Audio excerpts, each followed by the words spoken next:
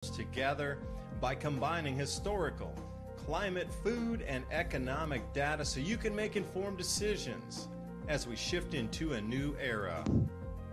Here's what was, this is what's coming. Our world is never going back to 2019, so what will the new era look like? And most importantly, what is immediate that will affect the pocketbook and the outlook into next year so we can all get ready? Thank you for joining. I'm your host, David DuByne. Right along here with Ransom Godwin this evening. Thank you for joining us, your very valuable time while we get ready for these changes. You knew the next big shoe to drop was going to drop somewhere around now, May to June. We had that breather, every time they have to let off the gas for just a moment. You can't keep people in perpetual stimulus. That kind of vibratory pattern where they're skittish and it's, you get locked in fear. The society gets locked like it was in the beginning of COVID. Can't have the gas, all gas, no brakes. There was a let off there for the last couple weeks or so.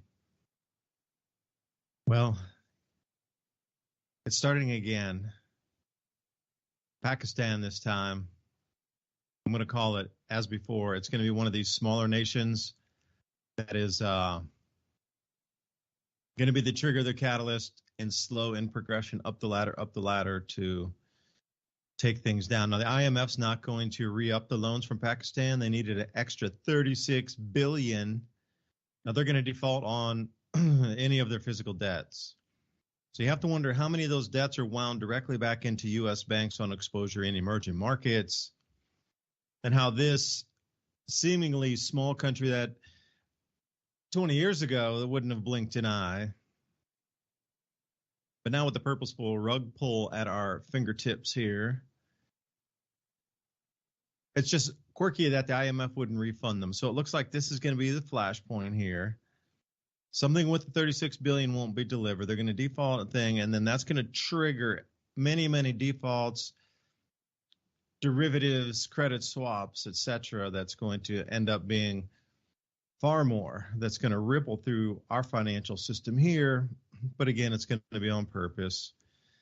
So what can we get ready for? Got Ransom Godwin here tonight joining me.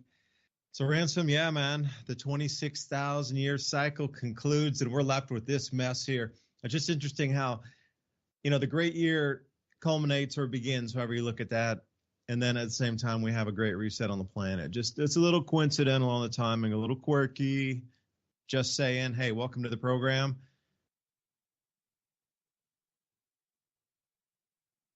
Well, thanks for having me.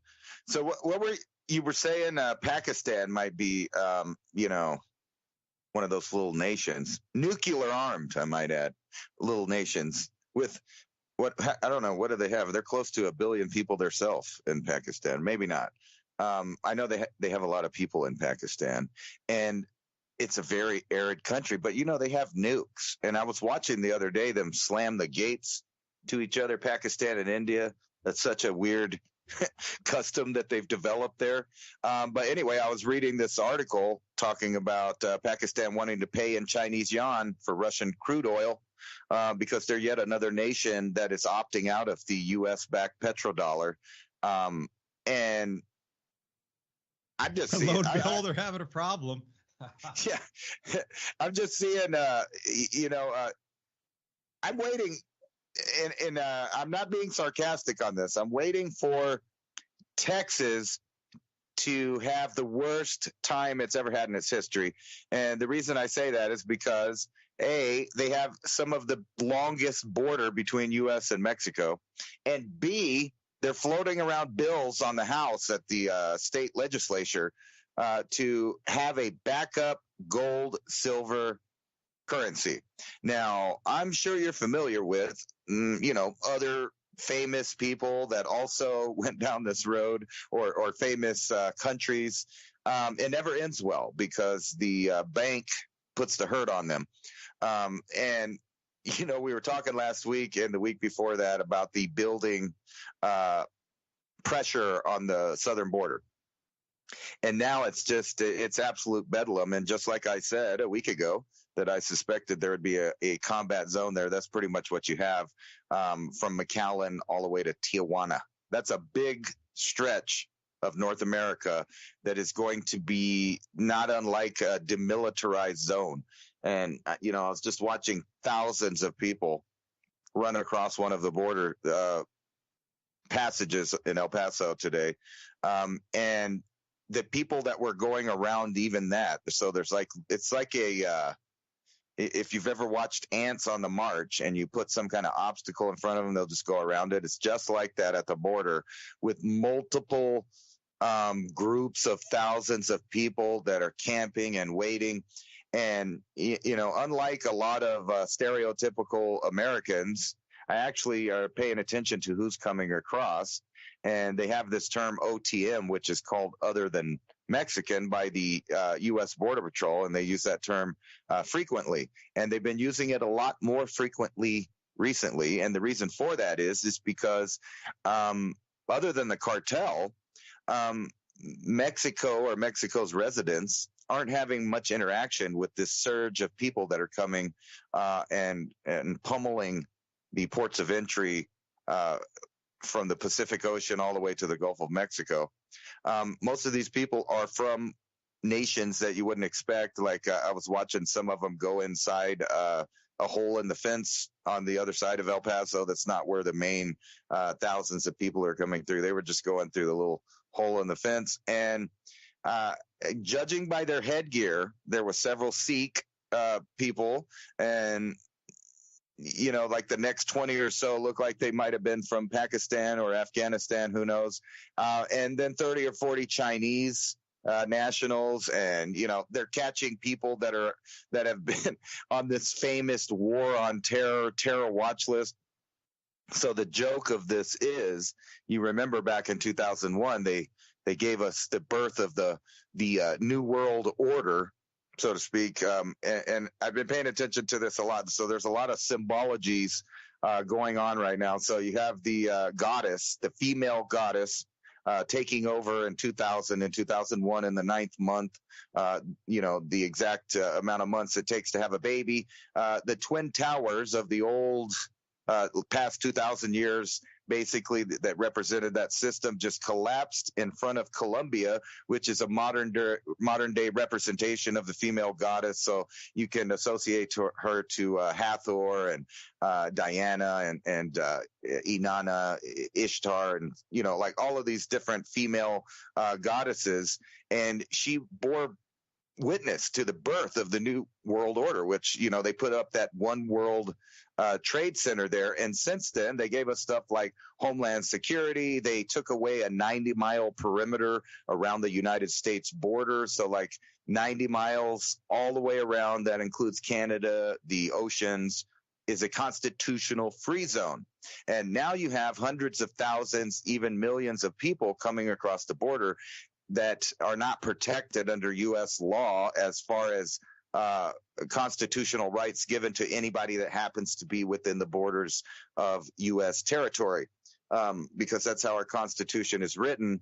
You don't have to be a citizen to enjoy most of the rights of the Bill of Rights. However, the policing powers of the world government created this body called Homeland Security.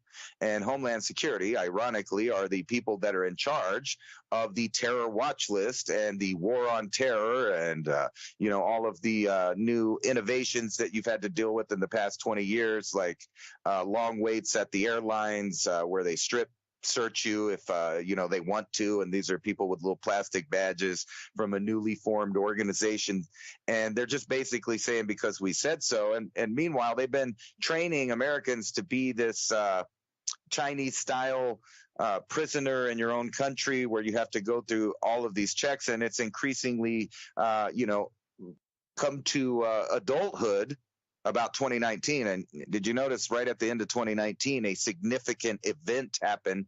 The first event, I might add, that was worldwide, that had every nation take part, regardless of their supposed geopolitical relationships that they have each other. In other words, if they were rivals, enemies, it did not matter. They all participated. They all locked down. They all put masks on. They did that other thing that we're not allowed to talk about. They forced that on their citizens in different ways. So the New World Order came to birth, so to speak, right there at 2020. Boom, 20 years old, 2020.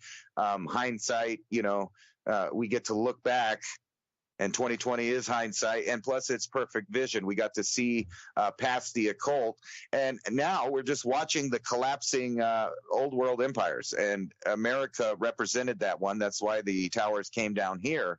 And isn't it ironic that all of them resources, all of those billions of dollars put to protect the homeland, are now letting people that are on those very same terror watch lists and groups just walk over the border. And not only that, and I'll show some footage while you retort to that, we're shipping them wherever they want to go without any real cataloging. So meanwhile, the first world nations are getting cataloged, unbelievably, to the point where people are bragging online now that they have taken chips where they can go here, go there, all of their information, their medical history, all of it. It's all on the chip. It's either in your body or on a card or with a device. And that's obviously merging as the way that they want to have a first world civilization. But meanwhile, they're flooding it with the third world without cataloging anyone. And speaking of two-class citizens, this is how you develop a caste system in the first place, is where you have two groups of citizens with different rights. And so I don't know where it's going from here, but I suspect that everywhere in the northern latitudes worldwide is about to witness some kind of combat zone famine induced havoc for, I'm guessing, 10 years or so. Oh, you think it'll take that long? Oh, no, it's going to begin this year. It already is. Not maybe on the famine side where we're talking African famine kind, but really lean food, very expensive food to destabilize the nation through food prices, not so much the shortages, but the price increases on this next step to the shortages. Because I was listening to Pinball Preparedness earlier today. Anybody check out Ken's channel, man? Good one. Pinball Preparedness over on YouTube. And he was talking about something similar with Cyprus did happening here in America. The possible with the debt ceiling not reached, they'll just bail everybody in. It won't be the banks. The government will bail you in. They'll bail in every bank on themselves, so then it wouldn't be a bank bail-in. So you're looking at something a little bit different, same end result. Because if a bank bails in your money, the government could tell the bank to whatever, pay off. What if you go to work and a bank doesn't pay you? Well, there'd be some respite from the government like there was with COVID-19. It was a government response. So people couldn't pay mortgages or couldn't pay rent, didn't have to. There was a lot of things because it was a company, it was a bank, it was that industry, private industry. What happens if this time it's like Cyprus, where the entire government bails in the banking system? Then what? The U.S. government says everybody in America can only get $100 per day out of the banking system. We got to stop these bank runs. So we're going to control all the single banks. No bank's it's not at the bank's fault. You're not being bailed in at the bank, so that's not it. You're an unsecured depositor, creditor with the bank. That's not it. We, the government, are taking control of the monetary system and all banks. So there's no anymore. Then they could move on a government response to move universal basic income, digital rationing cards, whatever. Because to do it through the banking system would still be one big step removed from where we needed to go in terms of the rollout, the oversight of the rollout, and if there were any patches or something that needed to be changed on the rollout. As we saw, how long did it take cards to get issued before those got digitized, before it got on a database? It was like a process. Just like you mentioned, tagging and coding everybody along the way. So what is it with this time? It does look like something unusual is about to happen, because that was a great point that you connected those two. I was seeing the very same thing you were talking about Pakistan, and to circle back for that for a second, there's 213 million people that live in Pakistan. Now, also you alluded to something like it's got a weird border. Yeah, it does, because the British reset up the borders and split, as they've done with many a nation in Africa as well. They split across tribal homelands. They split across ethnicities. They split across religious boundaries. And, once you do that, there's always going to be problems. Balkans, you name it, wherever it happens. So that was back in British days, though, 1800s? Now we come to something different. This is definitely rolling over, but they were going to move away from the dollar. Now, U.S. can't really do much against China. They're moving away and trying to get people to move away with them. But the smaller nations seem to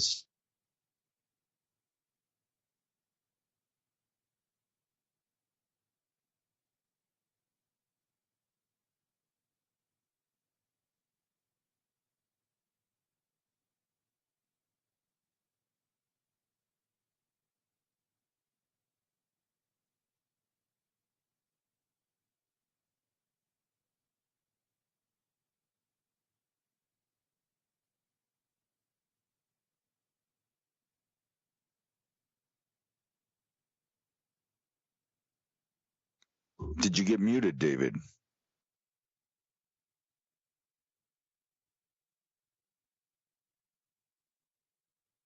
I think we lost the audio from that end. Do you guys still hear me in the chat room there?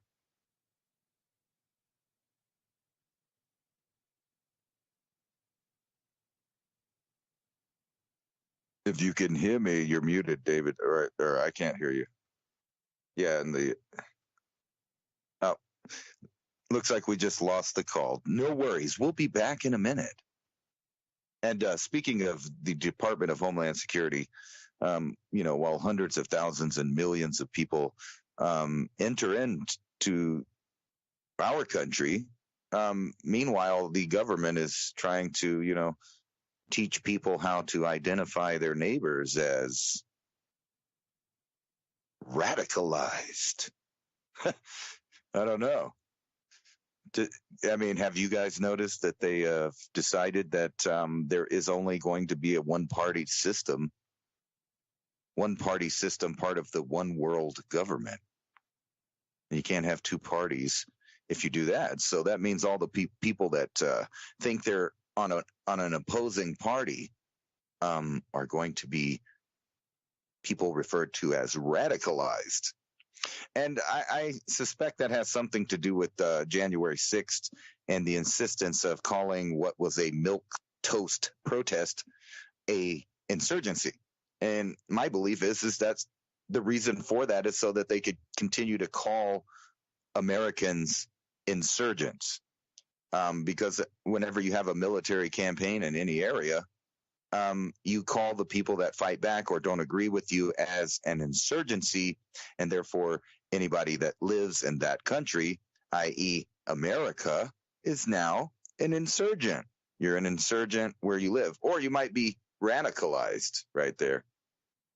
But don't worry about it, because, Ukraine's going to step up their counter offensive, and, just in time, if I can find it here, they got some long range missiles from the UK. So they're going to be, sending these missiles a little further than they were, which means that it's going to widen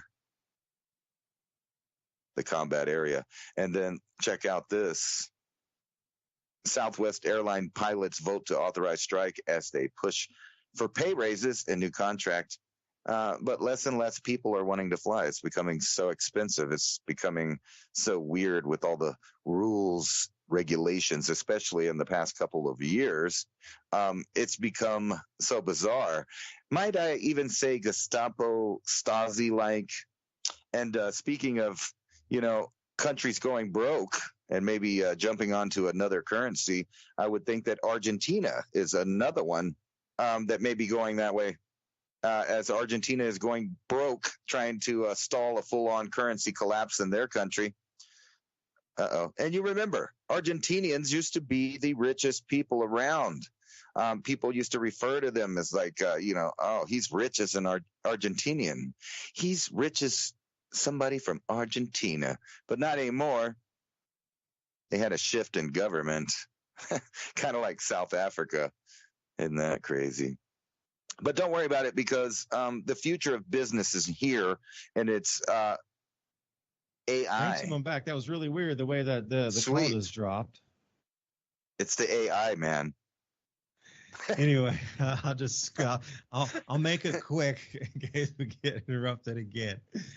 Never fails. That's exactly what I'm talking about. So now, I said something wrong. I can't access my money now. But they're going to have to take it to a point where private business won't be able to take care of the problem, and private business will be part of the problem. So it all will need to be managed up above from the governmental level.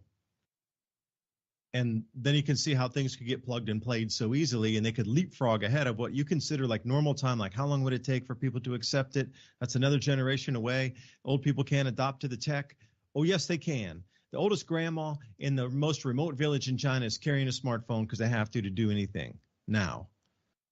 Now, you thought that would never happen. Oh, it happened. Believe me, lightning fast. Everybody's on it. The old people learned the new tech out of pure necessity. And they did, because humans can learn anything. So that Pakistan destabilization, and also Sudan destabilized at the exact same time, wanted to go with BRICS, because Port Sudan there, controlled by the Chinese, and also access to the new Renaissance Dam in Eritrea, is the largest hydroelectric facility in all of Africa, just completed a couple years ago. And all that dammed water flows first and like 40 miles all the way through the Sudan before it comes down into Egypt. So the first flows of the outflows of the hydroelectric dam go to Sudan first, and whoever controls that water can control the crop growing zones and also the electricity. That's going to be, 40 miles to string cables is nothing. 40 miles, that's nothing. We're going to have some of the largest, habitation centers that are well lit and economy, and they were moving over to BRICS also. So you got to think about these two nations here. And Pakistan being on the Belt and Road with, Gwadar, I think is the port for natural gas loading that's there. If you go on the maritime string of pearls, Gwadar is the one in Pakistan. And then Gulf of Aden, Port Sudan is another one that terminates in the Red Sea for the Chinese. But, that's what the whole thing about Yemen was being destabilized too, because Port Aden, which is way at the tippity tip at the boot, just as you're coming into the Red Sea there, that whole area is under American control now through the destabilization of the Saudis down in that area. That is ceasing for some reason now. Suddenly it just ceases. But it seems that the Western land powers are going to be able to grab that Aden port, where Chinese aligned interests on the BRICS side of things are going to get Port Sudan. All right, that was a couple weeks ago, and then suddenly Sudan's being destabilized. So it's, again, the same powers trying to grab both of those ports inside the Red Sea and also in the Gulf of Oman area there.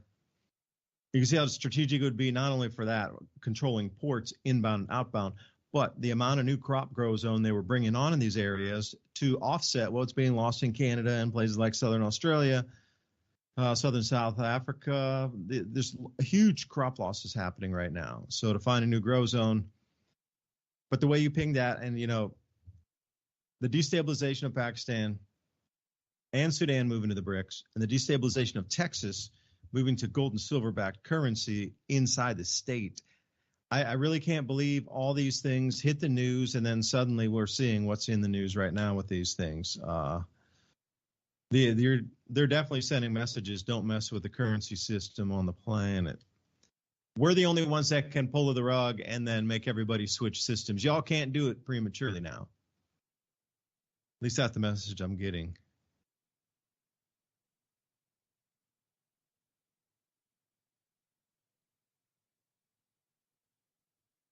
Well, things are getting weird when you see headlines like Italian pasta prices are soaring and Rome is in crisis talks with the producers because for some reason the food prices are going up. And God forbid if you can't afford your pasta. I mean, it's climbed 17.5% just, this year.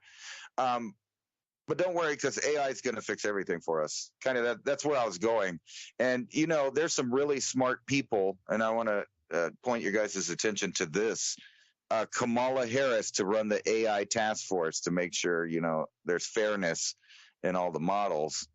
And, Wendy's, those box stores that I was telling you that we're going to fire everyone. Well, that's what's going on. All of these box stores, major chains, are switching over to the AI workforce. And like you said, people thought it wasn't going to happen. And I've been talking about it probably nonstop for 3 years about at least the singularity of industry and governments switching over to an AI and a robot task force of everything from work to military to computing to analytical jobs that once were funded by the government and gave people money. If you think about it, they could just switch over everything. So the argument about whether or not there's man-made climate crisis may be you arguing with chatbots for forever. But anyway, Wendy's unveils Google-powered AI chatbot at the AI drive-through window. So not only are you going to be, working with chatbot at work if you want to still have a job, but AI and chatbots are going to be, serving you. And they're going to be doing that. And then you see articles like this: the money supply has plummeted, the biggest drop since the Great Depression. You see all of these companies, not very good companies in my opinion, but all of these companies up for grab right now. Like I've been watching the headlines and the transformation of all the media switching over to new names, switching their employees around, starting new media companies. So basically they're all switching flags. They're getting ready for the reset, so they'll be known as new things. Soros and Fortress to acquire Vice Media, those guys that wrote that nice article about you. So now you'll have people like George Soros running that, like if it already wasn't biased already. And then here's one for you, David. World food prices rising again, according to the UN. The index of global food costs rose in April for the first time in a year since last year. And then this has nothing to do with anything, but I'm showing everybody a tornado on top of the Rocky Mountains in Montana.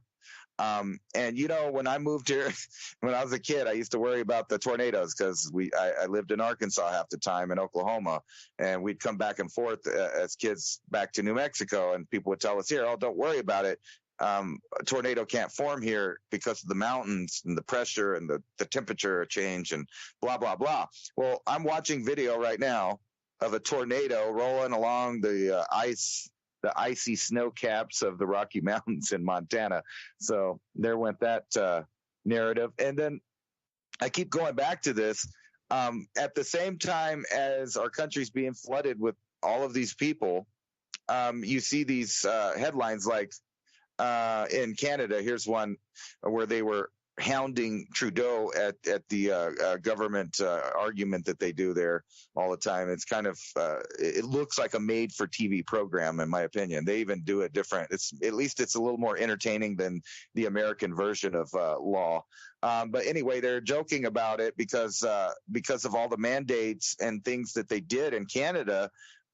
Trudeau got caught whining about not being able to get his favorite deli sandwich from his favorite deli because that deli closed down because of all the green rules and then the recent worldwide team building event that we had. And I thought you would find this very interesting there. 7.6 earthquake hits off of Tonga. No tsunami warnings for that day. That was the other day.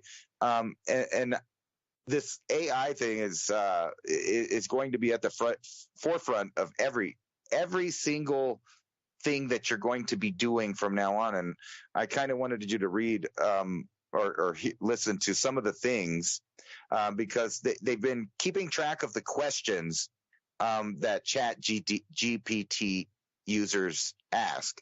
And, like some people are going there to find out how to make their work better. Some people are going to educate themselves. Some people are just playing with it. But it's very hilarious, some of the things that people are asking it. Like, can you help me write a love letter to a tree? Just really funny things. What would happen if we all turned into vegetables? And I'm laughing because that already happened. Is it possible for a human to outrun a cheetah if they were on a treadmill going at the same speed? So this kind of, it points to that idea that I talk about, that the AI has what we program into it. And then, accounting after accounting finds out that they're so augmented. The AIs are like the worst of the, Stasi spying on people. And at the same time, they're being programmed that you can't use facts and you can't use terminology and you can't use words. It really is a 1984 weird thing going on. And then you see all these countries, and I brought up Argentina, they're spending money like crazy to stop their currency collapse. And I was making a comment earlier about how everybody used to say that people, you were rich as an Argentinian, and then now look at the country now, and that's years of bad decisions, and then we're seeing all those same kind of decisions coming to our front doorstep with the reformulation. Like Dallas used to be one of the most affordable cities to move to. Now it's one of the least affordable. And then you see all these companies that are switching their finances around because they were tied up with regional banks. So they're moving all that money around so it'll disappear. And then what was it? I was going to tell you that you were really going to like this one about the AI. This Use some imagination. When you said that, I had to laugh and chuckle a minute because it reminded me of that Andrew Dice Clay joke when he says, use your imagination. And he had the genie from I Dream of Jeannie. And he goes, all right, genie, stand over there across the room and make your tongue 6 feet long. Yeah, I just started laughing at that. For some reason, you talking about AI creativity and having to, think like a genie to get that out of the bottle to work with you and stand there made me laugh my butt off because I remember that guy's humor was super funny. But again, the same thing, even way back in the 90s, he's too this, he's too that. You can't let him. His following's too big. You can't, he's saying the wrong things. We've been growing up with this our whole lives.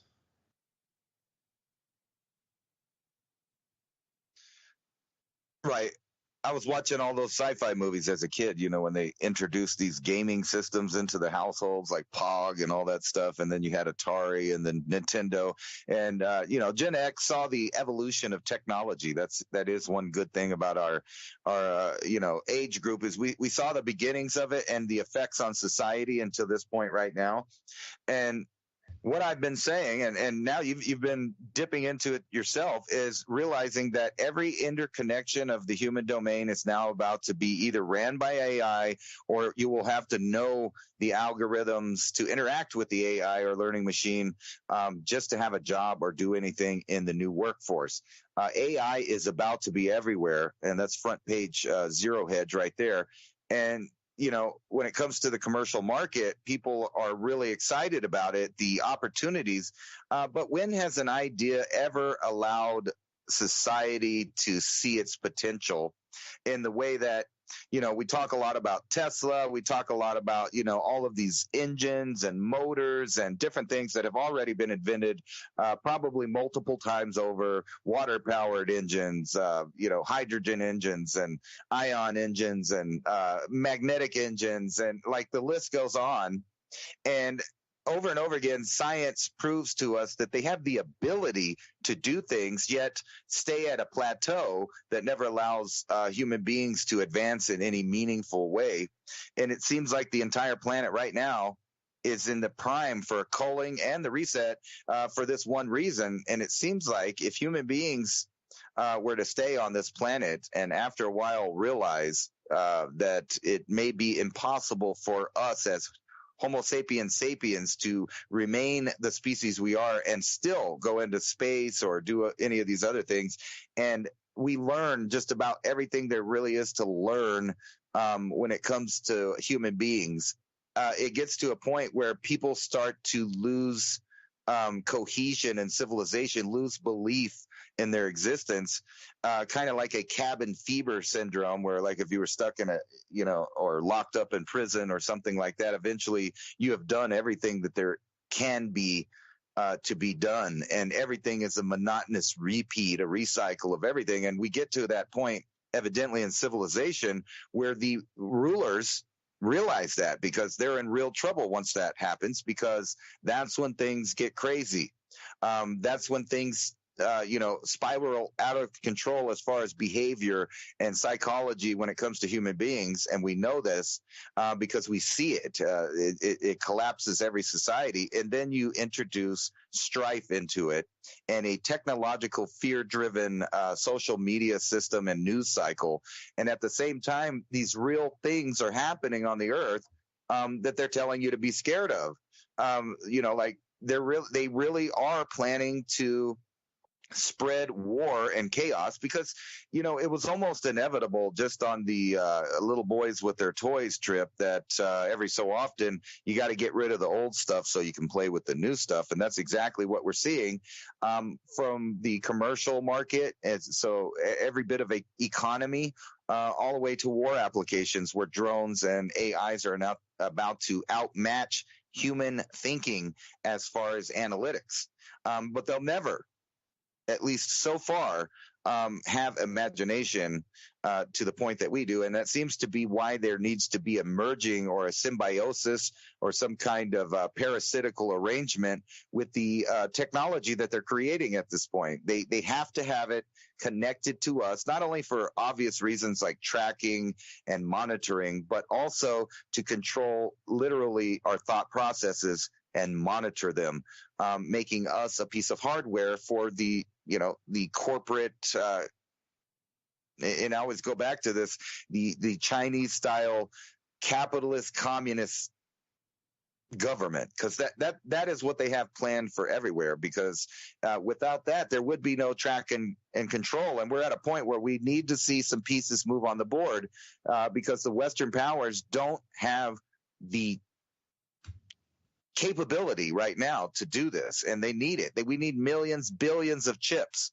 So I think what we're watching is the beginnings of the rare earth mineral wars. And they'll be called something else. We'll be calling them about political stuff. We'll be saying it's about hunger. You remember what we've done in North Africa for decades, where we kind of played politics with the UN and delivering food or giving them GMO crops that they can't grow back, and then allowing warlords to take over the food. And I see this type of situation reoccurring right here to our southern border, where cartels are very powerful. They're very armed. They're no joke. They're in proportion to the Mexican military. So to say that there is operational control by the Mexican government is a joke, because I'm not sure exactly how many, but they were recently rearmed with newer weapons in this program that was both fast and furious. So this has all been leading to this point in time. All of their little programs, cohesion is happening with all of these things that have started about, I'm going to say 2001 is when they really got serious, because they had, for some reason, they put it in high gear. And I think it has something to do with the turnover of the precession of the equinox and coming into this new age, which I circle back to, is the age of a female goddess, the water bearer Aquarius. And you sent me a lot of interesting stuff, and I want to get into that. And it looks like Vedic charts, so I'm really curious of what you got. So I have them in order. If you want to talk about those pictures there. Yeah. It does seem we've come to the end of an age, doesn't it? It does seem like there's a fire sale. Nothing's meant to last from this previous, whatever you called it, build up until now. But you can have so clearly that whatever was, and it's not being brought into the new world. It's actually being cut as you would, trim something off with a pair of scissors. It really is that clean and that easy to understand, and that in your face for everybody to see. You have to think about where in the world is not going to be a valuable resource spot anymore. Now, as we move into these new cycles, obviously areas on the planet are going to change also. So which are going to be the better areas or which are going to be the worst areas? Because you could do a business assessment, if you will. Do you want to keep it? Do you want to cut your loss right now? And what do you want to do with it? I mean, the cycles are here, they're inbound, and these planets, the way the geometry that they're lining up. Now, Ransom, I'm looking at March 1st, so leave that there. I know there's a little delay on the stream here. But as we come out into 2024 October, Jupiter, Saturn, Uranus, and Neptune are going to create this perfect square as observed from Earth. Electromagnetism off of our sun is going to change in addition to these gravitational electromagnetic bodies themselves. Jupiter was an unignited star. For those of you who don't know, it was an unignited brown dwarf. So, we're talking about some of our powerhouses here in our own solar system, and lore and legends say that Saturn was a second sun. It glowed. So that means that there was a transference of potentiality or sharing of fields, and that flow of current coming down was enough to power whatever field around Saturn to allow it to start glowing. Now, I'm really wondering if there were any rings at that point, because you got to think, if you're going to get a plasma sheath on the outside of something that turns into a luminescent body, I don't know if those rings would be there, if that was a collapse from the last time. And then this is what stars do once the current flow turns off enough where they discharge, and they're no longer a conduit along that string of the plasma flow that generated the magnetic current that was then the electricity flowing into that whole system. Obviously, that would be an end of a tendril coming off of our main sun. So Saturn and Jupiter have been well referenced that they glowed like second suns in our own solar system. So as we come around the Earth, as it moves through around each year from now, we have a year and a half left. And what I'm starting to see is normally, these planets are spread out over the 360 degrees of a circle around our solar system. You guys think, there's 360 degrees if you're looking around. Like, say you're looking top down onto the sun and you're looking at our solar system. Well, it's going to be 360 degrees like any other type of compass that you would look at. The thing is, all the heaviest gravitational bodies are all synced up in this one tiny quadrant of our own solar system, which only happens. This particular alignment here once every 2,000 years. Which goes right back into the reason we're talking about the water bear and all these changes. Like, this happened 79 AD was the last time that this particular conjunction was so precise from the Earth, measured and perceived as a square in the outer solar system. 79 AD was the last time. So there's massive changes just based, if I didn't know anything and I wasn't even watching any news or anything, I would know electromagnetically there's massive changes inbound just because of the way that the current flowed through the Earth from the sun into these other outer planetary second magnetic field or magnetic anomaly, whatever you want to call it. But now here's the magic that keeps happening, and a little long-winded to explain it.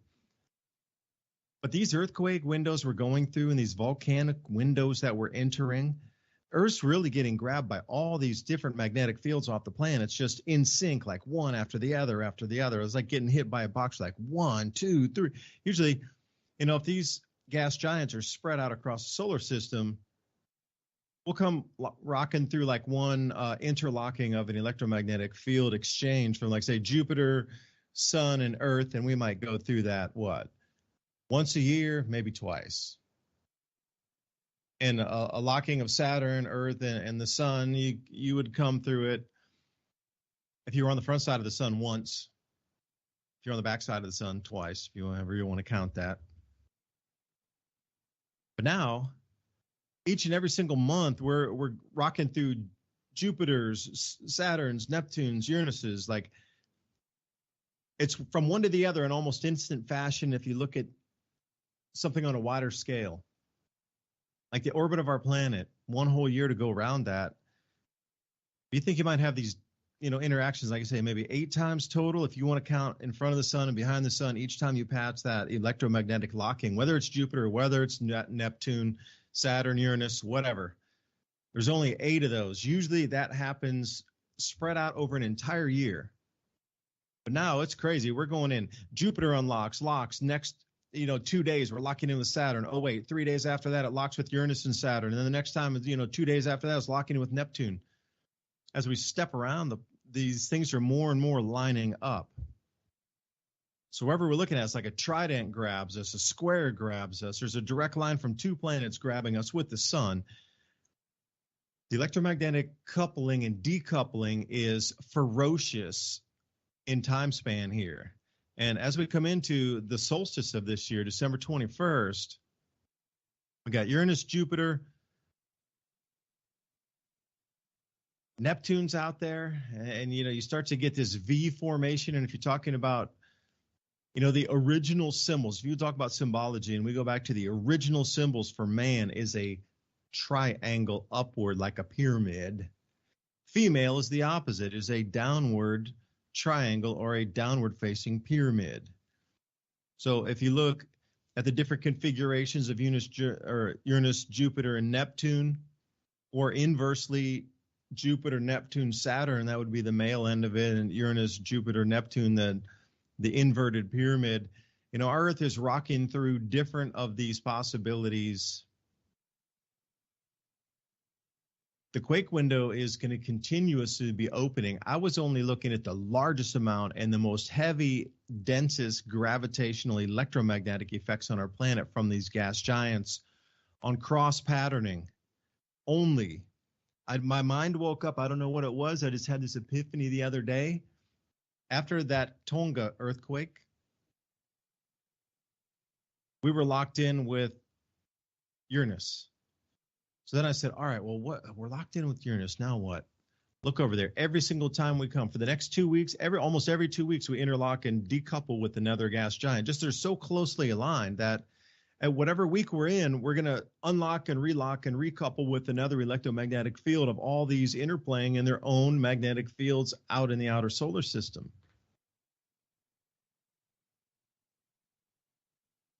You look at that May 11th one, you got Earth down in there, you got Jupiter, Neptune, and Saturn. Again, it's that inverted pyramid shape there. And you're interlocking with Uranus once again, May 11th. That was the quake that occurred over in Tonga.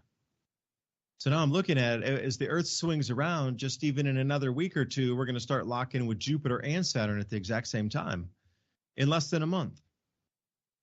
And then as we swing around there, then it's going to lock in. And then weeks after that, it'll start locking in with Jupiter, Neptune, and Uranus all at the same time.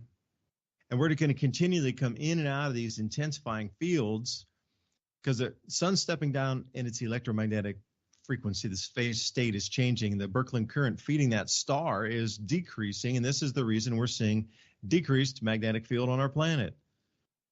Now, that does not go to zero, my friends.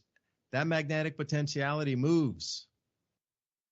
It's going to start shifting into the other planets out that can take on that charge and balance it. It's going to jump. Sun steps down 10%. That 10% of potentiality is going to move through the rest of the solar system. It is going to end up somewhere.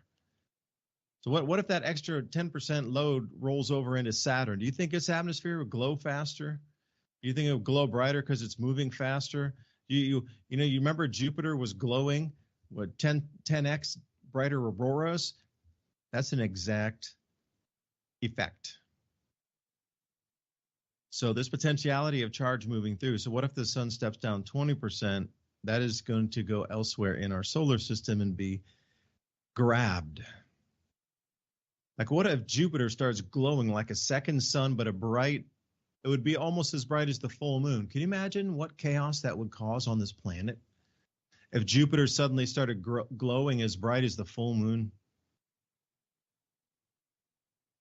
What if Jupiter and Saturn both started glowing as bright as the full moon? We had two new in the skies.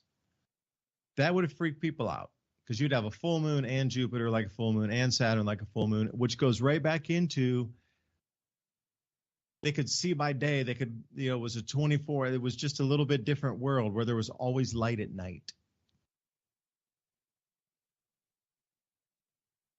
And, anybody out there, and thank you, Ransom, for putting that up. Anybody out there that understands like astro charts, looking at 23rd of October, 2024, but you look at this, the way it's lining up into a hexagram at the different time. Look at that 3:33 p.m. on 23rd October, 2024. And things that I'm seeing here are, I'm not the best chart reader. I just delve into it. I'm not a studier of it exactly like I do with the solar magnetics. But I just don't normally see this type of hexagrams that are so precise or triangles that are so precise. Overlapping patterns that looks like it's actually moving as if you were looking into Meteoron's cube in, like a 4D version where it actually moved after you locked onto the pattern within it, that then it started moving in itself. Yeah, there you go. That one. What's that? 16th of April, 2025. This is when we're going to start to get pelted with all the space debris because the Earth will be outside of the magnetic field, and every gravitational body and electromagnetic body in our entire solar system will be behind the Earth. So when you're seeing all those blue triangles, all those planets in the same quadrant, we're going to be on everything is going to get pulled directly into the face of the Earth because everything is going to get pulled into our solar system through our planet first. And these are, some mind-blowing things that we're about to go through. And I can't believe that it overlays on top of all the resetting on the economy, the finance, the food prices, the banking system, the supply chain systems, all this collapsing at the exact same time that all this is about to happening in play in the next year and a half. Just something we haven't seen in thousands of years occur again. Now, for you to tell me that those two are just randomly happenstance, I'll tell you that you need to go see a psychiatrist. But I can't make a medical opinion because I'm not a certified doctor. I was just, like I say, live action role play. Just saying, if you saw that on TV, you might say, hey, go see a shrink, man. If you don't see that, I don't know. Yeah, what do you think about the geometry there, Ransom? Some of the things looked pretty interesting on those astro charts. Yeah, when I was actually scrolling through the thumbnails to change the picture, it looks like you could see the wheel turning kind of through the pictures because they're moving by real fast. Actually, I've always thought that was a trip that they came up with that style of keeping track of everything because it does give you like a geometric idea of, the shape of what's going on. I find this picture right here, 2024, 1st of March, 9:00 a.m. as a very interesting because it really depicts how vulnerable Earth is during this time period. Because, usually we got all of these protectors out there, Saturn, Jupiter, Neptune, Uranus, no pun intended there. But it's moving around, like you said, at various places, kind of attracting objects that are coming in interstellarly, and maybe even just from, they talk about the Oort cloud and how all these objects are maybe circling in that thing, or that idea that there's all of these comets, asteroids, etc., that are on these paths, and many of them we've never even seen because no one noticed them when they went by because some of them you can't even see, and now we have the near Earth object, whole alarm system where they're trying to keep track and all of this stuff. But usually what you see is some article that says, hey, a new rock flew past Earth last Saturday, almost killed us. You would have never known because it just flew by and we never even seen it till it was on its way out. My point being, when you look at this planetary alignment here, you see all of the gas giants and even the inner rocky worlds all on one side of the sun. That means the entire gravity of the solar system, not counting the sun and the Earth and the moon, is all on one side, which leaves us completely open to interstellar space, not only from cosmic rays, right? Because there's no magnetic fields in there to buffer that from us. But then you also get incoming objects with no protection. We need protection. Wear protection. Those of you in Vegas. We'll be right back. David DuByne, Ransom Godwin, and the Ice Age Conversations. Are you ready for the cycle changes? You're listening to Revolution Radio at freedomslips.com, and we'll be right back after this message. I've never realized a time that was more necessary to make sure you have a backup of food than there is right now. We see all of the food markets going expensive, every item.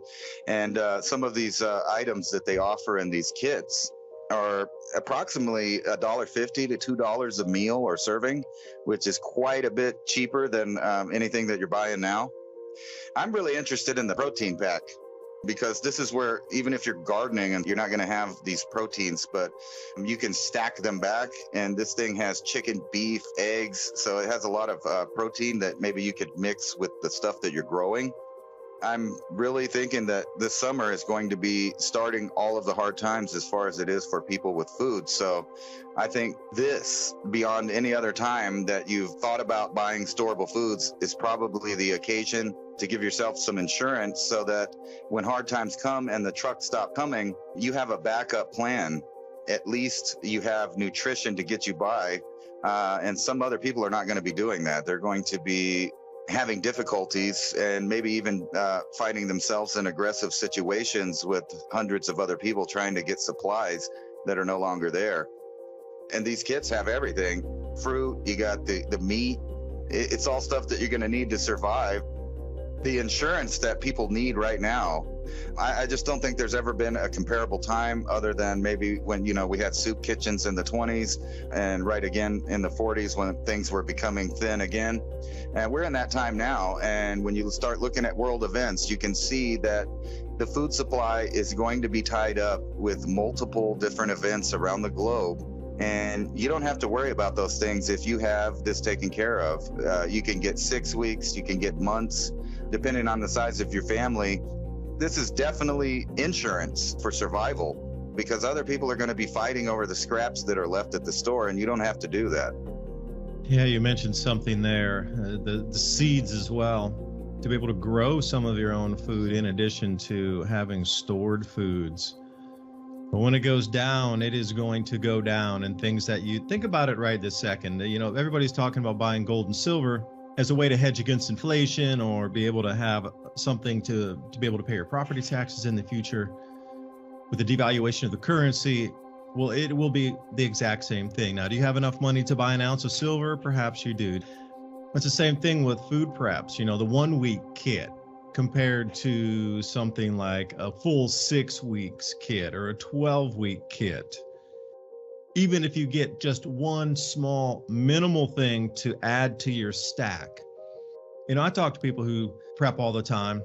It's always about tools, storable foods, water filtration, and a way for you able to store water and filter it at the same time. Because if you can get that closed loop enough, there's always going to be somebody that will help you garden with those seeds. Heirloom seeds is where you want to go. Heirloom open pollinator seeds.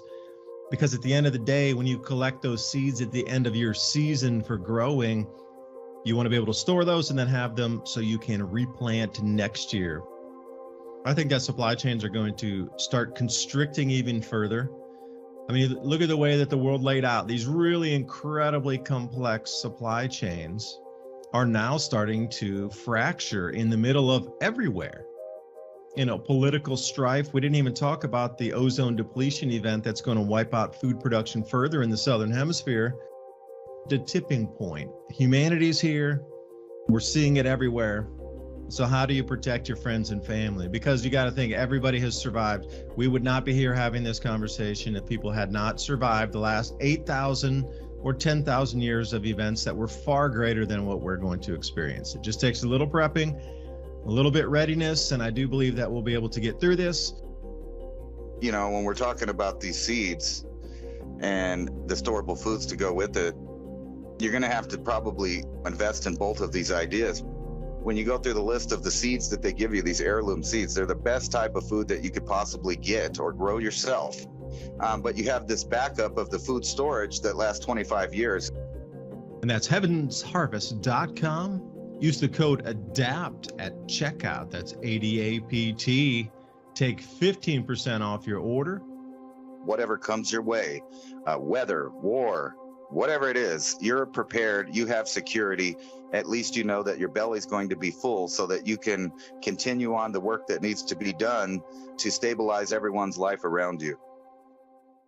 Sage Conversations live radio program right here, Revolution Radio, streaming out onto different YouTube platforms, Facebook, Vigilante TV, what's up? Rumble, thanks for joining in. We're trying to extend the message out because we want to have more conversations with more people. So if you have any thoughts, ideas, continue to throw them in the comment boxes. We're trying to read through that as we go through the evening here. What resonates with you? What part do you think that, it's more the question, how much time do you really think we have left before the wheels really start to come off where the car's undrivable? Because it appears that we're getting really close to something like that, but it always seems to be a dangling like carrot that brings you out. By all accounts, the wheels should have completely fallen off, after last year, at the end of the year. There's so many people pointing to the end of last year. That was going to be it. But it wasn't. And then we hear almost 6 months later, and it seems to be almost it. So I'm curious what you think on the actual timelines might be. And Revolution Radio, thank you for letting us talk about these issues tonight, because if we need to keep it family-friendly advertising on some other platforms that we know. So if you consider free speech a valuable thing, consider supporting Revolution Radio right here so Ransom and I can continue to bring this message uninterrupted, except the phone call cut on Skype when I was talking about Pakistan being destabilized because they wanted to go away from the dollar along with Texas. And that was your putting those ideas together, Ransom. I'll throw Sudan in. We'll put a cherry on top of the destabilization. But anyway, back to the second hour. I was just curious. I will start with the same question with you then. Really, Ransom, like how close do you think we are for the wheels really coming off? Because everything I'm looking at in the news and reading, these people that are top, that I consider top level people, keeps going, we're right here, like so close. But I don't know, is that months or half a year or a year? Really, how far is it away? Well, hopefully we can keep kicking the bucket down the road, as they say. But all signs point to it's happening right now. It's just a slow motion train wreck. Over the past 3 years, you've seen, as predicted, a rise in food costs, a halt in shipping from around the world. You've seen food banks, food shelters, and programs like that become empty. And those are the first signs usually that something's happening. And now, we have added millions and millions of people in the mix that are going to be looking for some of those same resources. So I think it's already happening. I think the border is a very big cue that the major players in the world are picking right now to do whatever they're doing, which I think is an aimed collapse at the U.S. because they don't like certain ideas that were voiced out and spread around the world, like individual liberty, rights from our creator, things like that. They don't like that. They don't like the idea that we've been able to defend ourselves and that we can defend ourselves now. So anybody that ever decided to, invade or anything like that, as far as a military armed faction, would have a bad time. And that includes, I think, tyranny from any source. If they ever push the button too far, I think, just like the famous Japanese guy said, there's going to be something pointed at you behind every blade of grass. And that's the truth. So when it gets nasty, I don't know, because, America seems to come together and pull a rabbit out of a hat over and over again and fight off tyranny and fight off almost collapses. We've done it before. Just think about, 1998, 99, then 2008, and then 2011. Over and over again, we barely get away from collapsing. And I don't think people realize how close we are to collapse right now. But when we talk about these cycles, the 2,000-year cycle or any real cycle, or just a natural, non-linear cycle of empires, empires are bound to fail. And usually when these conditions on Earth happen, they fail. And we see that throughout history. I don't even think today's technologically, supposedly advanced civilization could handle any of the great resets that nature has thrown at us from the past. And it makes you wonder how much of what is really true. And speaking of that, now that we're in the new Cold War, supposedly with China and Russia, I mean, basically that's what they're doing. Pick a side. You're either with them or you're with us. I don't know if you saw that Trump town hall meeting. And now I kind of don't like Trump myself because I think he's a pharma salesman. But other than that, he was just knocking it out of the park there, and they're asking him, well, which side? How come you won't pick Ukraine? How come you won't pick Ukraine? How come you won't just say pick Ukraine? And he said, hey, I just want everybody to stop dying. Unfortunately, that's obviously the plan, is for there to be mass casualties, mass dying, disrupted food chains, geopolitical instability around the world. And we are not out of the woods. We're not protected here. It's just a slow train wreck here, and we can see it happening. I'm just waiting for when the digital rationing card that's already out there, it's called food stamps, EBT, TANF, whatever they call it in your local area. When that collapses, when that goes bankrupt, that's when you'll see a real trigger of violence, things burning down, centralized areas to go get your food that are armed, because we're seeing that from one end to the other, and there's more and more businesses pulling out of the left coast, out of the East Coast, because they can't protect their goods, they can't sell their goods, they can't have a free market, so to speak, at all. And the old free market system would have been, we're allowed to trade what we want. We could barter. We could use silver. We could use gold. We could use paper money. And when people came up and tried to take your stuff, well, we used one of those inalienable rights given to us by our creator, guaranteed supposedly under the Constitution, even though at every turn, our own government tries to sabotage and undercut those rights. And now, they're straight up telling us, you know what, you are going to feed the world. We've been the policemen of the world, but now you're going to feed the world until we get the votes that we want and we change over to the system that we want. And if you don't do it, we're going to give you hard times. And it looks like the plan was to give us hard times anyway. So my whole life agenda at this point is to make sure that my kids don't go hungry, and not now. Not next week, not next year. While I'm alive, I'm pretty confident I could keep their bellies full. However, there's going to be a time when I'm not around, and my kids and hopefully grandchildren should know how to grow their own food, know that they're allowed to protect themselves, and all of those things that we cherish and that we've gathered and we've formulated in the culture, not thanks to the federal government or the government overseers or the substance eaters, but to the people, the hardworking farmer, the blue-collar worker that built the country from coast to coast. That's where it was built from. The major billionaires didn't build anything. People got to remember that. They paid for it, mostly with your money. And we're going into this feudalist system, and I think that's why the border is such a big deal. I don't want to just keep harping on it like that's the only problem we have. But I think that's just the only destabilization tool that Americans will accept, because we're warm-hearted people. And every time any major disaster happened around the world, Americans open their hearts up and they send clothing, they send money, they send all of these donations. Most of it gets squandered or swindled before it ever gets there.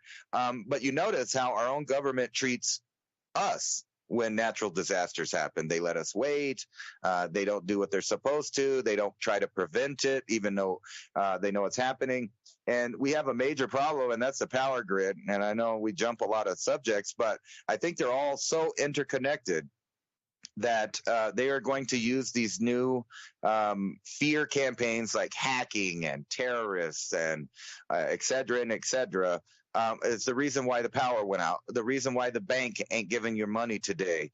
Matter of fact, I had an episode today where I tried to transfer some money around and pay some bills, and I was rejected. It took like 15 hours from when I tried first yesterday until today when it finally worked. And I realized, with a couple of pushes of a button, anybody anywhere in the banking system can turn your, digital numbers into digital goose eggs in a matter of seconds. So can hacking, so can the reset of the dollar. And like you were saying last week, it doesn't even have to collapse all the way, just halfway. And we're screwed. Then there's hunger, there's rioting, there's people wondering what they're going to do. And, all of these articles about people and their stocks going down and disappearing and people not wanting to keep their money in the bank. It all sounds like a bad 1920s, movie about the Great Depression or something, but it's right now. And people are so stuck on technology that they're going to wait until the last bag of Doritos is gone before they start thinking, wait a minute, maybe I should change my behavior and lifestyle and start thinking ahead. And, with so much fake stuff out here, I'll leave you with I don't know what you want to think about it, because I know you like these kind of things. But anyway, according to an ex-Russian space boss, he found no proof up on the moon that Americans landed on the moon in 1969. There I did it. I threw a funny conspiracy theory out there right after my realistic, factual theory about the collapse of modern society. Are you not entertained, Ransom? Are you not entertained, listeners? I watched that town hall too. It was pretty funny. I was just watching it for what it was. Entertainment to see how big the distraction will be to keep you looking over this direction over here while the food shortages occur over there. And you won't see it until it's the last. And again, the greatest strategy is to have people fight amongst each other until, that's not needed any longer. And then everybody has gone. And wherever that gone is it underground? Is it in bunkers? Is it in the citadels? Is it off planet? Under the planet? Whatever. The way you consider public figures will have disappeared. And then we sit out here, the bug on the windshield. But the dollar doesn't even have to disappear. Everybody's it just needs a competitor. It does not have to disappear totally before the damage will be done to the system that we understand now that keeps the dollar as the number one reserve currency, former reserve. It's already lost its status, so you can't even call it a reserve currency. Like Trump, he has to call himself the former president, the former 45th president. Well, now the U.S. dollar has to call itself the former reserve currency because it's actually lost that status. It's gone now. It just needs a parallel competitor to do the damage. In the same way with the food, you don't have to be actually starving on the floor to the point where you're malnourished and you can't get up to even go to work or do any field work or any gardening. Way before that point, the disruption will be there. If your food price is 10x, how do you think that would be? You wouldn't even be starving, but if your food was 10x, how long would it take to disrupt your life? Before the point, it would be reached in the future. You might not be able to afford the food. Then what would you do? Would you sell something? Would you start to think about stealing because, hey, I don't have any other choice? Would your morals and behaviors change? I'm only stealing from a corporation. I'm only stealing food. My children are hungry. It comes down to, like it always has in history, to that point right there. So at how many times the increase in food price does that cause the disruption before there's an actual famine, before there was really big food shortages, to the point where you just can't get it? It's not available anymore. I don't care how much money you have. You literally can't get it because it just physically doesn't exist. Okay, there's a long road between here and there. But where that end destination is, I mean, what kind of disruption is along the way? And, you know, the disruption would occur far, far, far, far, far before that. That's what I'm saying. You know, these events going down, and the dollar does not have to disappear in any way, shape, or form. The second competitor running parallel with it, the more traction it gets is the actual calamity that's inbound. You know, there's currently 700 banks in the United States, 700, that have lost 50% of their value because of what they were holding as their assets. 50% of all banks in America are trillions into the negative right now and have reached out to the Federal Reserve for help. 700. That's a lot. I tell you, what if the government bails in the money, not the banks? The legalities of that and the entire system of changeover moves incredibly fast. You know, because you were saying something about what other people had been, you know, arrested or jailed for doing things with money. Well, Peter Schiff's father was one of them. And, you know, there was a story of a guy. Comes on with Peter Schiff because he was the one that was associated with this. They had land out, and I'm going to say it was, Montana. Don't quote me if I'm wrong, but this is just off memory from when you brought up that thought of who's gone to jail for, you know, messing with the money supply. It wasn't even that. It was they had proven reserves of billions and billions of dollars of gold ore in the land and the mineral rights that they owned under these thousands of acres on their ranch. Billions with a B of gold reserves proven, and they just need to set up the mines and get it out. So based on that proven reserves, they were able to get forward cash based on the gold amount. So Peter Schiff's father wanted to start a quote unquote new monetary money in the state, just like Texas is doing. But he traveled out of state with checks, and they arrested him, and they said, well, these are counterfeit. These are not legal instruments, because he was trying to issue them against gold of his own and his own bank. See, then he got in trouble, and they arrested him. He spent the rest of his life in prison. But they framed him by saying that checks, like any check, like your checking account kind of check, was an illegal money that was counterfeited because it could be cleared in gold. So carrying checks over the border, then he was arrested for interstate fraud and this sort of thing. And that's what made Peter Schiff, not that I'm a fan. I mean, he's got some great insight, but that dude's been on the economy's going to collapse high speed mode for 25 years. He'll get it right one day.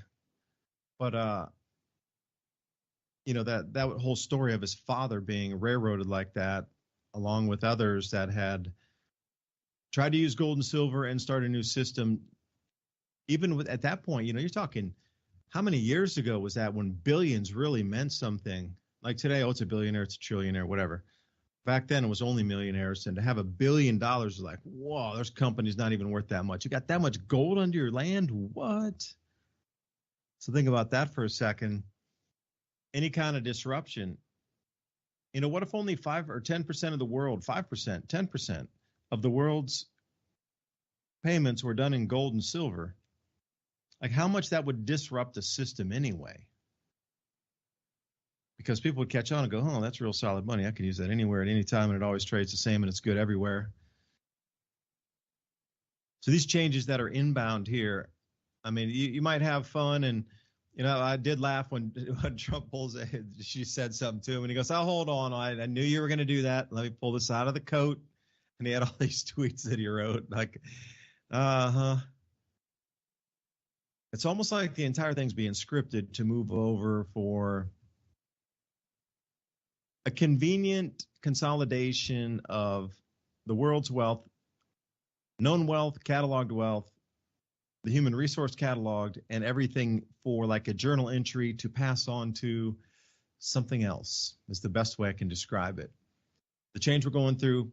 I mean, the mud flood over the Roman Colosseum in Rome, for example. I have these lithographs where it shows, 20-foot tall, 30-foot tall hills covered in grass going up partially of the way of what we know as the Roman Colosseum today. That's totally flat at ground level.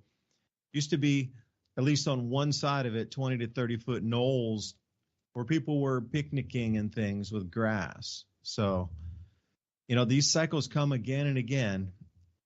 And would you let all the world's wealth just disappear and erode into nothing? No, you wouldn't. If you pulled the plug too quickly, then there'd be so many resources left across the planet that couldn't be harvested.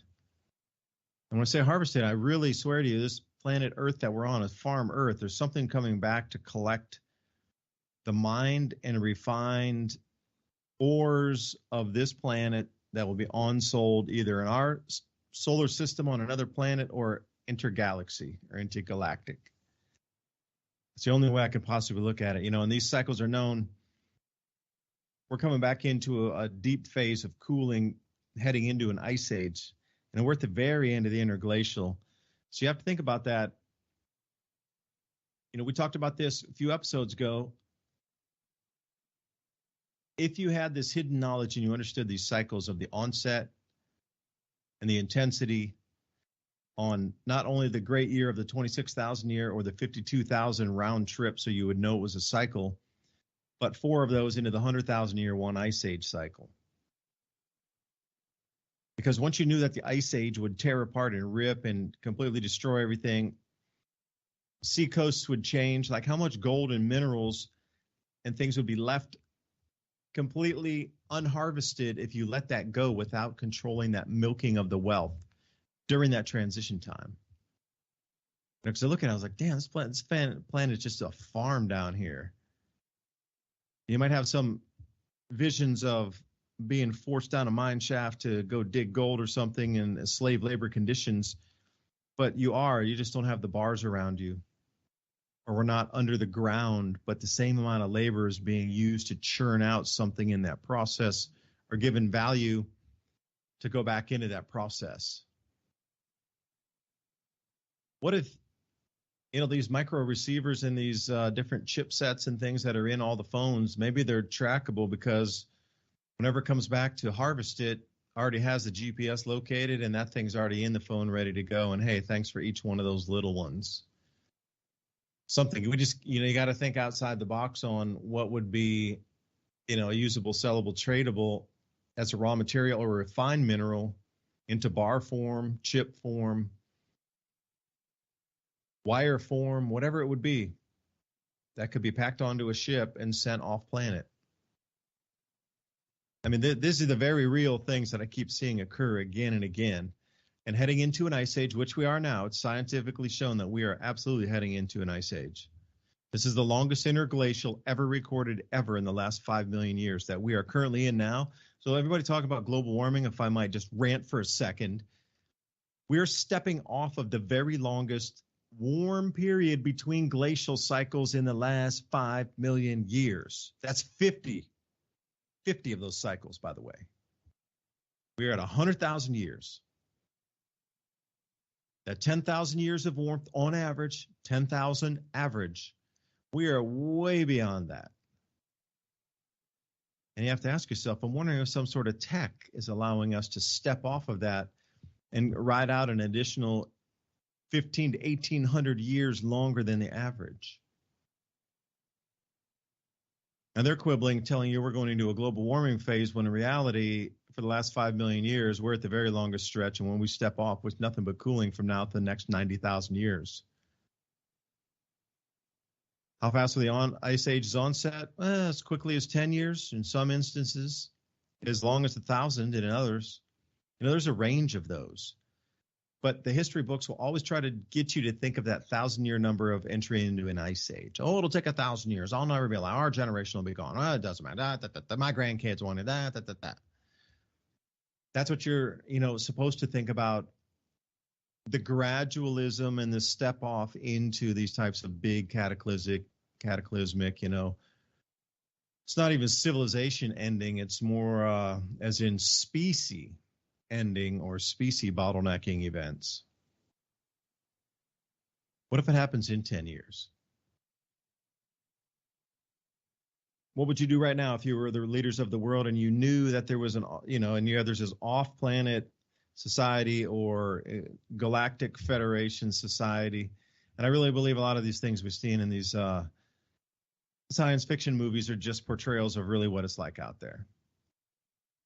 There's other markets, there's other things. So you're on Earth, okay, you're coming into a glacial period. Everything on the planet is pretty much going to get scraped to ice and completely rearranged and completely destroyed. I mean, you put this planet in 90,000 years of ice, there's no cities left.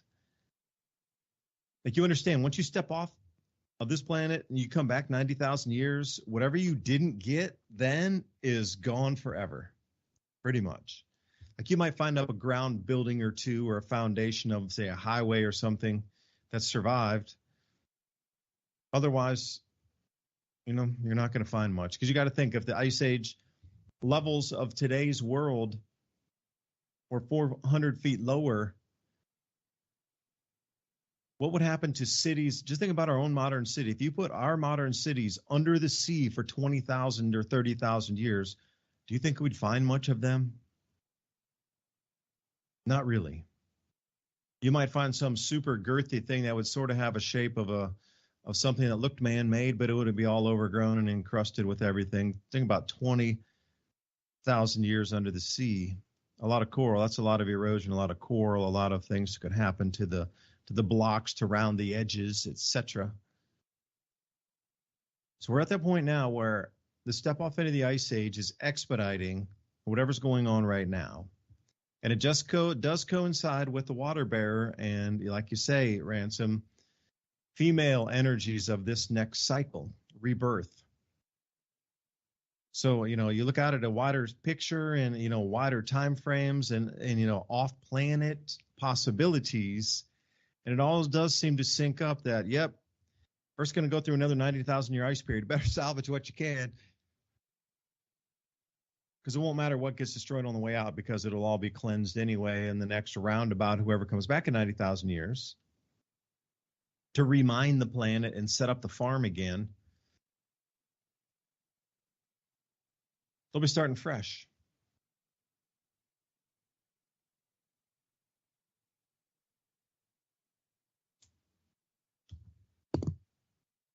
I think that's why they picked the female figure for this time period. And, I think there's a lot of misinterpretation about the water bearer, because if you've ever seen any depictions of Aquarius, true, she does hold a water container, but if you ever look at the depictions from tarot cards to paintings, she's not dumping out water. She's dumping out stars. And it's funny, I started thinking about that because we were looking at those different planetary alignments when Earth is exposed, meaning that, there may be an increased chance of somebody pouring out the stars on Earth, which, by the way, would be the only way that massive flooding would ever happen again on Earth. And it also might trigger an ice age. And if you think about the female persona and how it's being portrayed right now, we have this movement of certain individuals deciding that they're more of a feminine behavior or whatever. So that you have that going on in society, but you also have the AI aspect. And if you've ever noticed, every time there's an AI, from Star Trek, the motion picture, to what's that, Ex Machina or whatever that movie was, and then you have Sophia. And if you look at all of these, they all look the same. It's a bald woman, right? It's a robotic woman. And it's really bizarre. So that's the new female kind of aspect of the time now. But if you really get into the symbology, it seems like more of a warning about what may be falling out of the sky in this time. And it's funny that you were talking about how long would an ice age last and all of that stuff. You remember that movie AI? We're talking about AI and bringing AI up.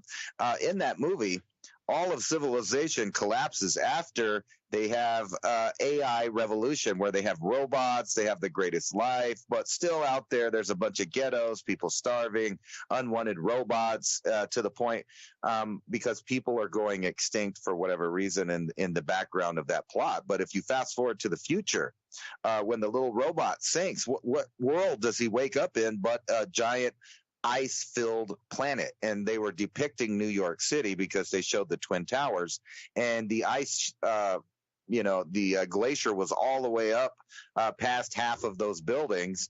And they were talking about, the last vestiges of humankind were there buried beneath the ice. But what would happen if the water bearer, so to speak, dumped out her pitcher of stars? She's pouring out the universe, the stars, and all of the depictions in relation to Earth and it being the time period in which we are. I think it's really fascinating that also the Pleiades is a major representation kind of the sisters, and it's a focal point of Mayan timekeeping. Every 72 or 71 point something years, whatever it is, it equates to about 72, and their entire clock is based on partly the Pleiades coming up every 72 years directly above them, which is also a group of sisters. And you also brought up when you sent me a message talking about the Mayan calendar off. I always thought it was off on purpose because everything's in cycles of 12s and 72 and etc. So when you get to the 2012 point in which they stopped, they're not accounting for that the time was just a little bit off. So it's about 12 years off, which would make the end of their calendar about 2024 in my approximation. Other people have different formulas they use. I've seen many of them depicting what the Mayans really meant. But really all that they were portraying is a changeover in the astrology, which was up in the sky, which they did have a 52,000 year knowledge of from someone, at least 26,000 years and another 26 to realize that the cycle repeated itself. So they had to have known that, and they kept this time in particular. And, when you get into the four worlds of the Hopi and the Aztec and the Mayan, and they have this idea of these worlds changing over, we're at the end of one world and the beginning of a new world. There's also prophecies about, the sacred colors of human beings, the white, black, yellow, and red, separating and then coming back to North America. That's also happened. So there's a lot of prophecy that you could read into being in this time period, including biblical prophecy and other things. But just a point that somehow they named this part of the procession of the equinox, the water bearer. And it makes me think, because they portray it as a woman pouring out stars, that might be the reason that they warn about this time. And then, when we combine that with what we were talking about there and the positioning of the planets throughout the next year of 2024, we're going to be in some unique circumstances that if there was some interstellar or inside the solar system objects, we would be totally without any kind of protection. And not only from just the planets, but keep in mind that our magnetic field is also collapsing, which gives us further protection from those kind of things.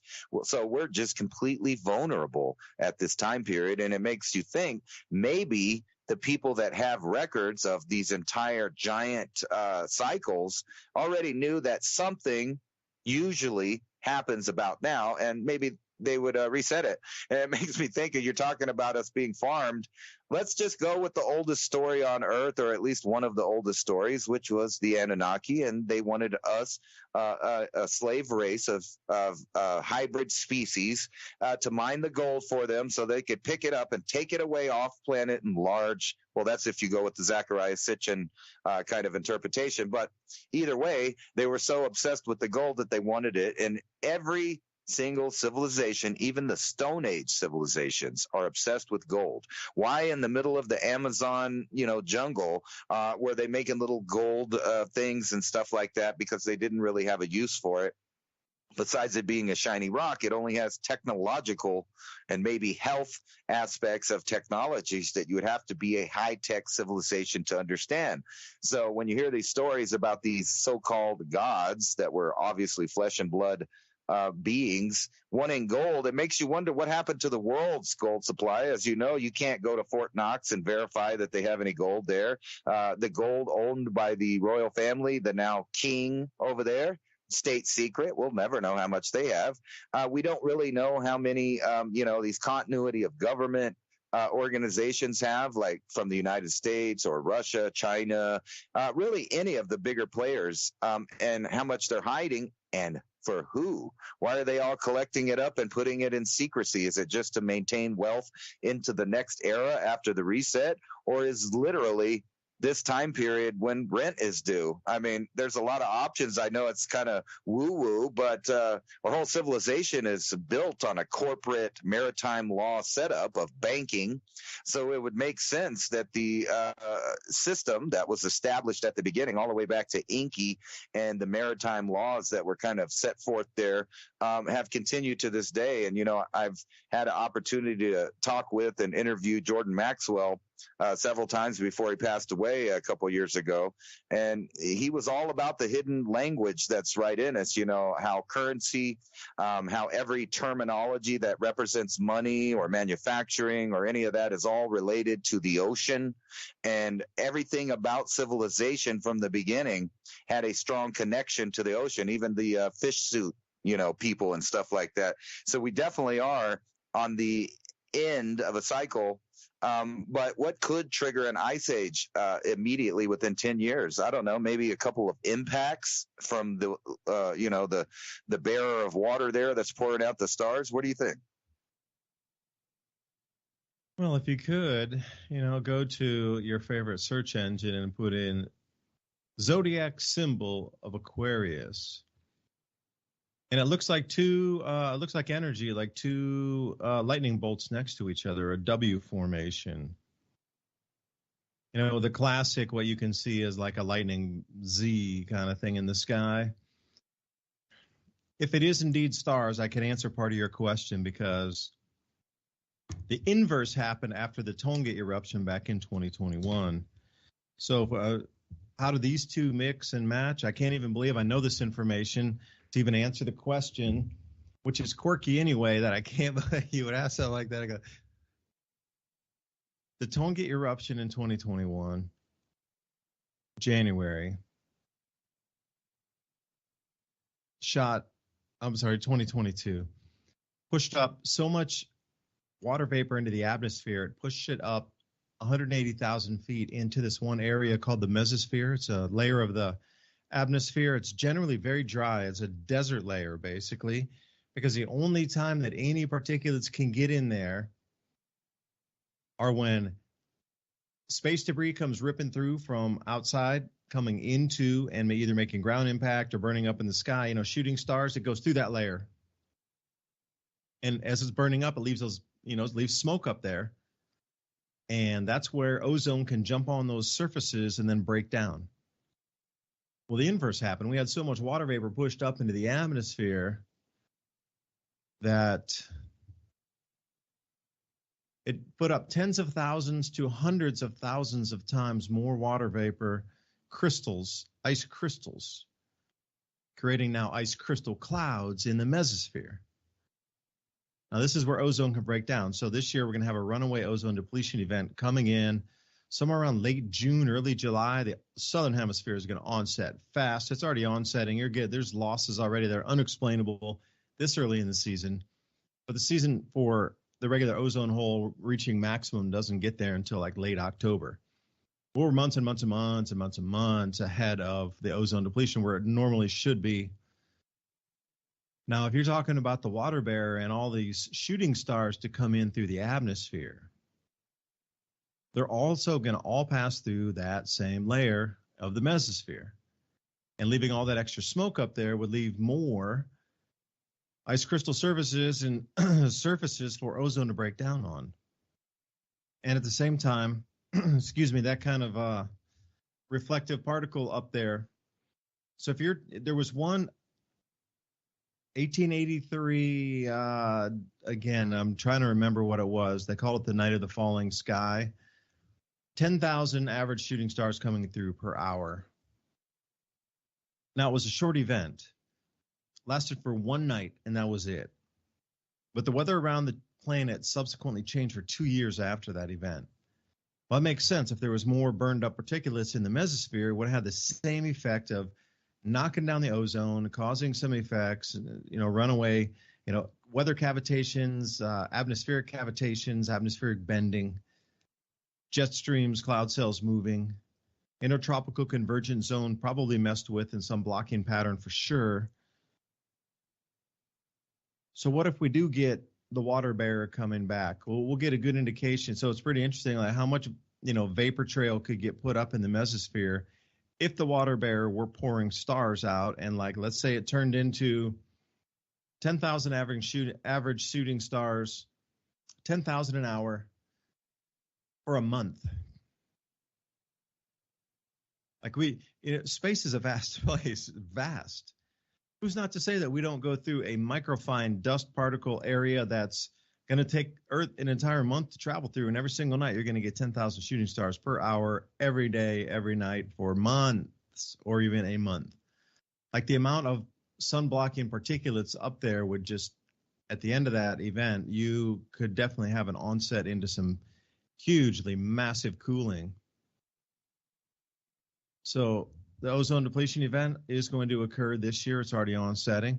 Not sure how that is going to affect crops, but I'm just saying, but if the globalists would like to run with a food shortage, they could certainly point to the ozone depletion event as a reason that crops are being wiped out across the southern hemisphere.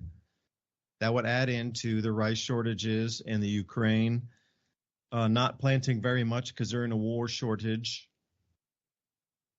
And it could just go on and on. It just depends on how much this fear thing is going to be run with the ozone depletion event in the southern hemisphere. Onsetting June. So think about that. It's going to be the most catastrophic, fastest, rapid depletion of ozone event ever recorded. Now, how would the media run with that? And what could they do to dovetail on top of a financial collapse to then bring in, oh no, the ozone hole, we can't grow food in the southern hemisphere for another 2 years. We got to go on rationing cards. Enough is enough. Every one for you, one for me. It's the only way, I'm just trying to make sense of it all myself, because these natural events are leading to real world celestial events right here on the planet's surface, right here, right now. We're all feeling and being affected by the celestial events. Now, the last question is, how are the elite riding on top of these natural events to get a greater outcome? Is the question, and it always has been the question. It will continue to be my question forever, I guess. But now I'm starting to sound like a broken record, so I'll Ransom back to you.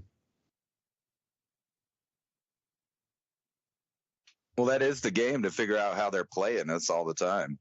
How are they going to use it's the same kind of tactic. It's order out of chaos, but before you can do that, you have to have the chaos.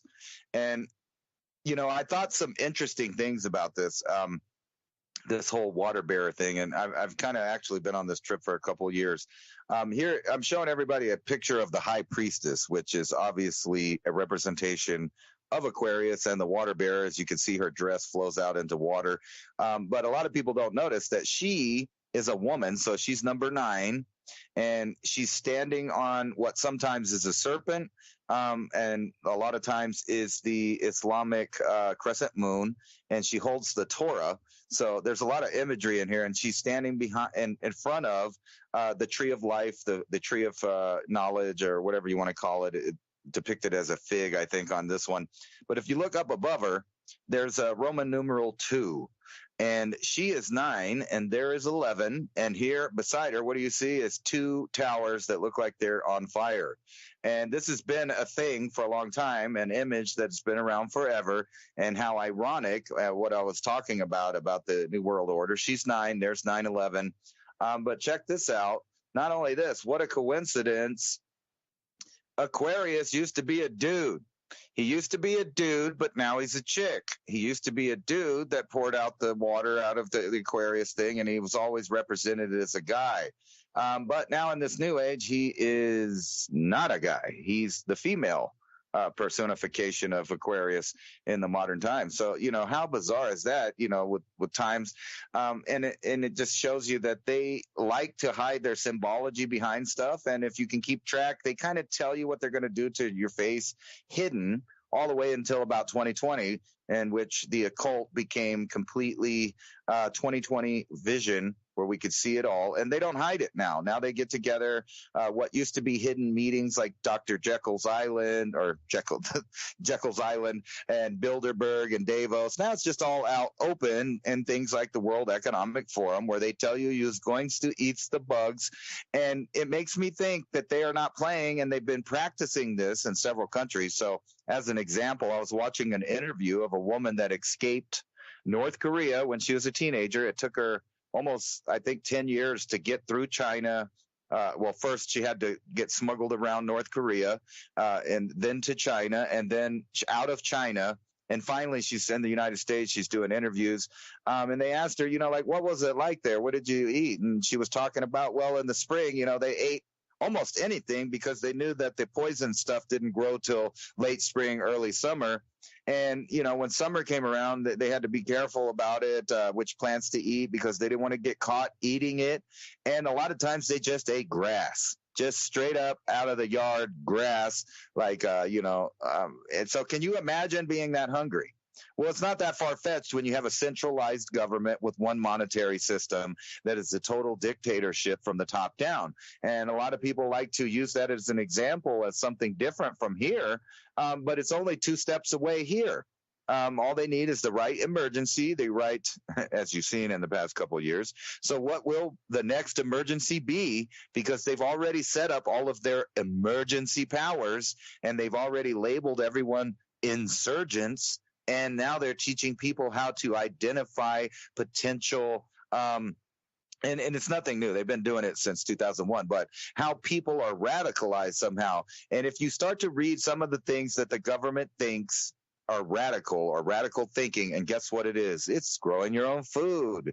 It's bartering. It's thinking that you could be a self-sustaining person. So if these are things that are enemies of the state, you can see how this is going to roll out in the future, where there are 2 civilizations forming, and the only choice we have is to back it off, kick the can down the road again until the next technology. Can we make it through the reset? And that might be all it is. We may only have to make it through a certain time period that they have. They have to hurry up to get their plan implemented, and that's why they've been rushing for the last 20 years to get their new world order up and running. And guess what? Now it's an adult. So I would picture, really, according to occult and numerology and all that stuff, the absolute worst year that I see coming in the future would be 2033, because they love that 33, or possibly it could be this year, just being because we're 2023 and they love that 322 number. So I don't know. There's a lot to think about when you get into the woo-woo and the occult and what their plans are. The problem is they write books and they tell us what their plans are. They want to reduce us by 90%. They want to get to that net zero. They want to get rid of the problem, which is free, breathing, eating, thinking human beings on this planet. And in order to be a thorn in their side, you have to continue to be that key thing. I think, therefore I am. I know I'm alive, that's what we have to keep doing. We have to keep saying no to all their little trends that they try to set. You notice how they slowly got everybody into the apps as games and this and that. And now you're trapped in it to get any kind of secondary verification. You're trapped in it to get your money. You're trapped in it for your insurance and your ID and your medical information. So it's already been transferred to the phone. It's only that last little step for you to let go and go ahead and let them put it in your arm or on a pair of glasses or something a little closer to your brain. So you get into that symbiosis with this new female AI new world order, or as the Crowleyites like to call it, the age of Horus, where everybody gets to cover the earth in blood and do as they will after that. So we're in some pretty crazy times, but it's all predicted. It's all written down. It's all bragged about. And now it's here in our face, and everyone's still denying that that's what's going on. You're making me feel all fuzzy right now. Ooh. feeling warm and feel like I need to be on the beach to forget it all. And I finally did come up and see that video you talked about with the tornado on top of the Rocky Mountains. They're spinning up a bunch of snow. I'm going to say that is absolutely, you're going to see signs in the skies. Like our atmosphere is at the point now, it's cavitating with all these changes. And this is just the beginning of the complete disruption of food production globally. It's already been inbound anyway. The supply chain is breaking down. But, I mean, we are really going to start to see it now. The cavitation is in play. And the more this ozone depletes down in the southern hemisphere, the more it's going to affect the subtropical lows and the cloud cells and the way those things generate and move clouds up from the equator, and how the patterns, of winds and electricity move our jet streams. It's going to be all too encompassing right now for anybody not to see it. It's literally going to be everywhere at all times. There'll be so many stories about losses of crops based on natural things that there'll be a tidal wave in itself, like we're seeing right now. Speaking of which, tidal wave of, I try to keep my lifestyle in check for sure. I'm good with my money to be able to, pay bills and not spend frivolously and, buy things that I truly need versus just impulses and just wants to keep up with the neighbors, and that I'm not into that. But to even try to keep just the most basic needs here in America going. After I came back from living overseas in 2020 when the COVID started, I came back to the States.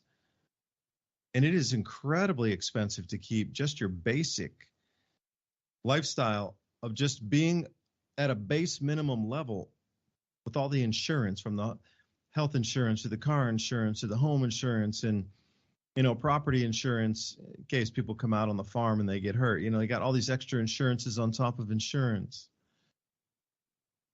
And it's just nonstop with taxes and property taxes and income taxes and self-proprietorship. Well, I get nailed with an extra 7.5% because I created my own business, so I'm penalized. Instead of being a slave sheep and going to work for somebody else, they penalized me because I started my own business and registered my own business. So now I had to pay all the Social Security and Medicaid by myself. That's another tax, 7.5% more out of my pocket. Just because I was smart enough to get out of the matrix and figure it out so I'm not reliant on the companies. And everywhere you look, it's just so overwhelming with trying to keep the base. So and if I'm like that and I'm considered, living just simply, if my food price tripled or quadrupled, I'd be like, whoa, or 5X, I'd be like, all right, I need to buy more seeds and plant more food, but I could take care of it. What happens with people who are running razor thin, or they've already used up almost all their credit card balance because they're super negative every month and they can't? That is just going to completely wreck everything. So game it out. These events are inbound. And the reason I was trying to say that is Hal Turner radio show.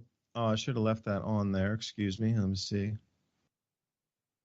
I am not the biggest fan of Hal Turner. I think he likes to, there's a lot of fear in the media that he pushes. But I've heard this from several other people. Hedge fund manager says government may restrict bank withdrawals. That's like the third or fourth person I've heard say this in just the last few days coming back.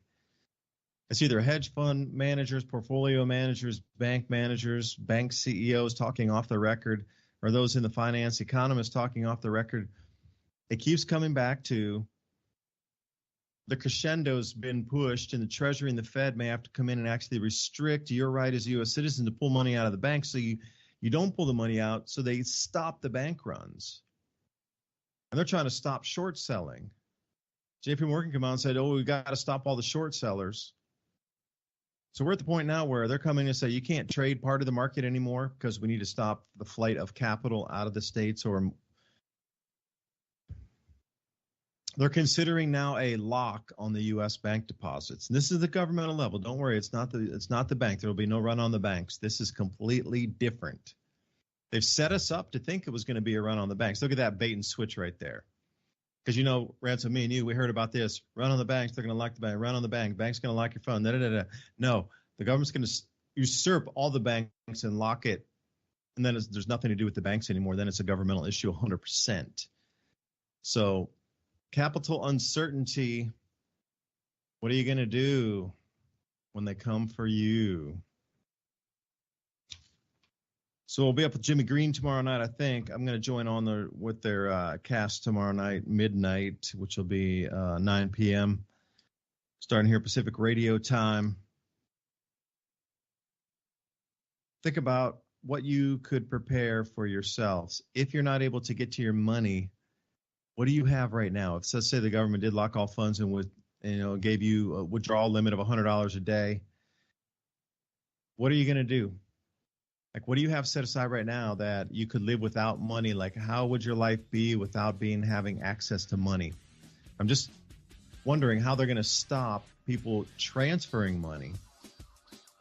You know, taking money out of the bank in an ATM is one thing, but how do you, say, okay, there's no more transfers of any money, so everybody defaults on all their mortgages at the same time because they can't transfer monies? I don't know. Are you going to walk in a bank with money and go, I got the money on my hand right here?